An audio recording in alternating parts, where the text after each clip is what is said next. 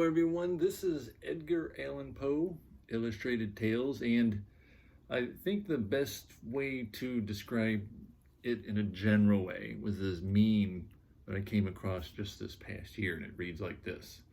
Normal people. I met this guy. He was average. Victorian writers. He was, in the way of most men, possessed of a rudimentary intelligence. His countenance ordinary, his bearing mild, with some weakness about the shoulders, his hair the color of ash. He spoke of the weather. Loaded with this stuff. In fact, I think countenance was his favorite word. He uses it in the description of every living being in this book. But what I don't want to do is pigeonhole him in just that way.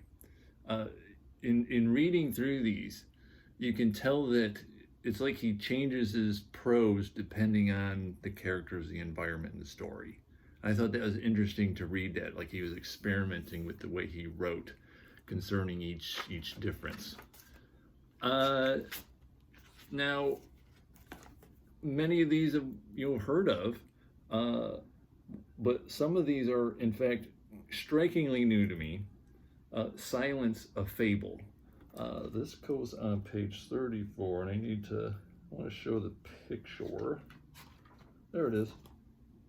So this is the spot where it takes place, and it is a swampy looking environment. There's this fellow sitting right up here. And this story is told by a demon, explaining how he wanted to get this guy away from here. There was the natural sounds of the environment, and the man stayed. He would change the sound of the environment, and the man would stay. But when he uttered absolute silence there, he got scared. And I thought this is kind of an odd way to connect it, but I'm one of those people that sleeps with a fan on. And absolute silence and sleeping, I tend to wake up quite a bit. Every little sound that utters out, I wake up for. But a nice fan just drowns all that out. And that was my odd relation to this story. This is a very magical one of his stories.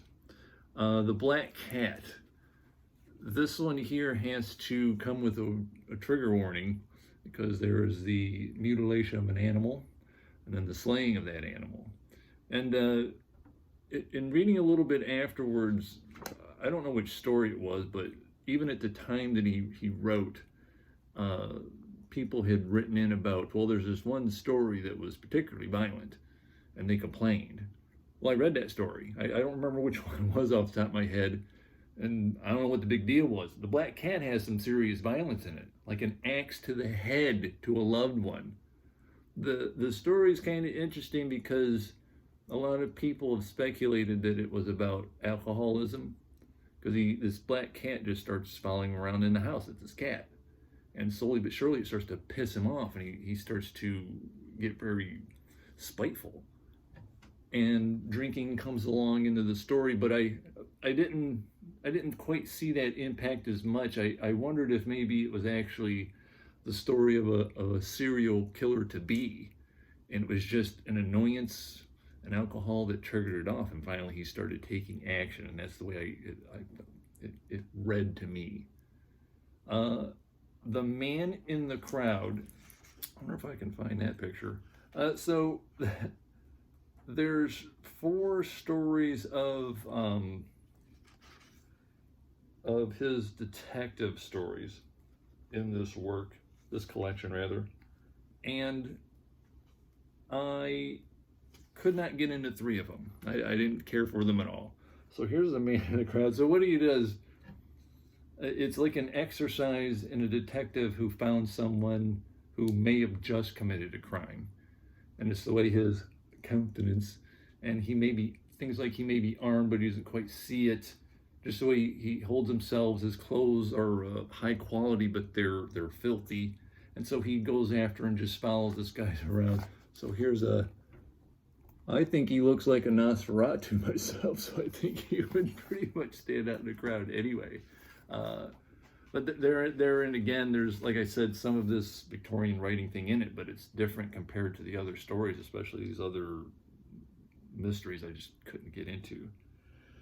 The Pit and the Pendulum. So I had, we've heard of this one again. There was that Vincent Price movie in 1961, and I remember just as a young child watching it, but I don't remember that much about it. But there is he's tied down in this pendulum, just swinging and getting lower and lower until it starts to cut across his abdomen, and that has nothing to do other than the general setup. Because that was a full-length movie. This is just a quick short story. It's to do with the Spanish Inquisition, and they're torturing this man. He's in this cage, this large room, and he can't get out, and he keeps being put to sleep, and he wakes up, and finally near the end, he wakes up, and this pendulum is working its way down, and this is his attempt to get away from it. The Raven. Now, I had never read The Raven before. I quote The Raven, nevermore, but never sat down and read the whole thing. And it's only just a few little pages. And interesting to find out what this is actually about. And it's about the shadow of loss and your inability to put it aside. So this man is sitting there in his depression, and this raven comes up, and the only word this raven says is nevermore. And at first he's interested. He's like, or surprised rather. He's like, what the hell is this? Then when he sits down with it, he starts trying to figure it out, like in an intellectual sort of way. And then finally he just gets angry with it. And it literally casts a shadow as it's sitting there upon his environment. And it's just the symbol of loss, over this man as he gets over this lost love in his life. And I think it's his best expression of symbolism in the stories. I did like, again, the silence of fable has one. It's just man versus his environment.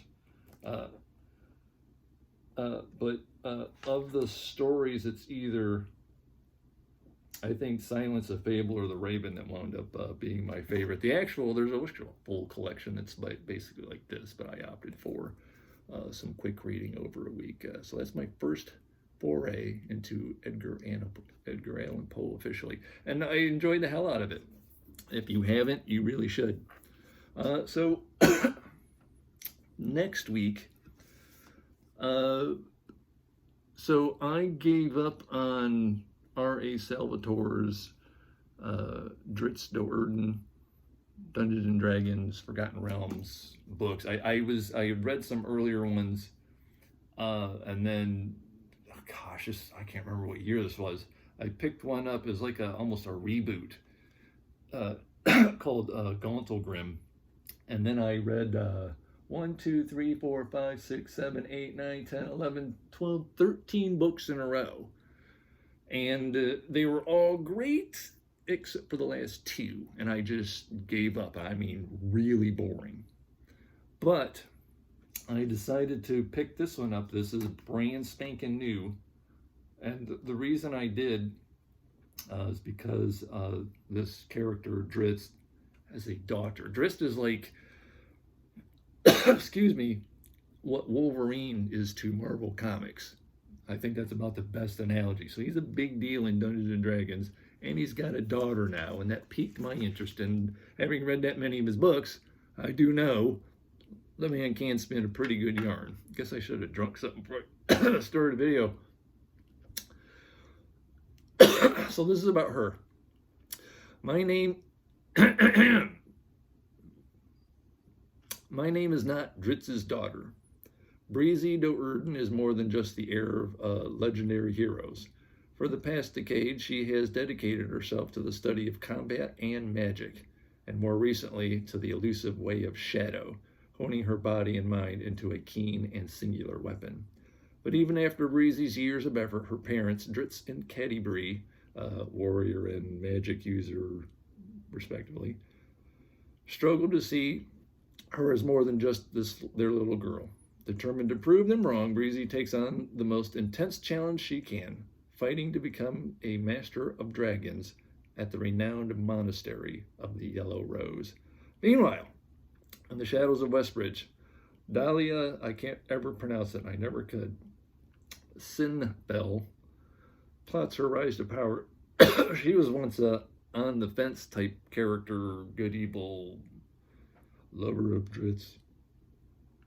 But now she believes she has discovered a new path to restored glory, the transformative charm